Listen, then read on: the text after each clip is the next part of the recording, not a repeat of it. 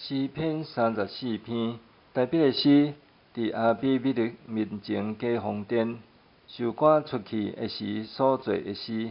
我要不时称赞上主，我的喙要常常学乐伊，我的心神要夸口上主。愿困苦人听见嘛会欢喜，就甲我称赞上主做大，做伙尊崇伊的名。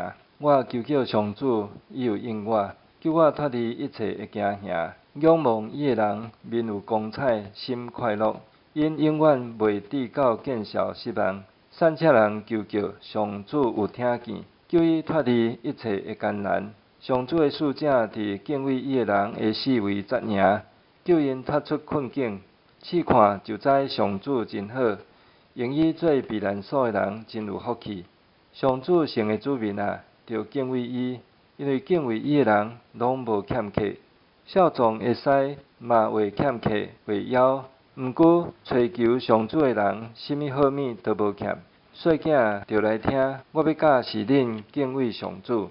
恁中间啥人意爱性命，爱当享受通享福，着禁家己的舌无讲歹话，禁喙唇无讲诡诈，着拒绝歹做好事，热心追求和平。上主的目睭看顾义人，伊的耳孔听因的祈祷。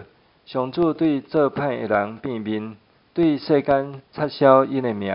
上主听义人的求救，救因脱离一切的艰难。上主亲近心灵破碎的人，拯救心痛悔的人。义人有真侪苦难，毋过上主救因拢脱离。上主保全因拢总的骨，一支都无拍子。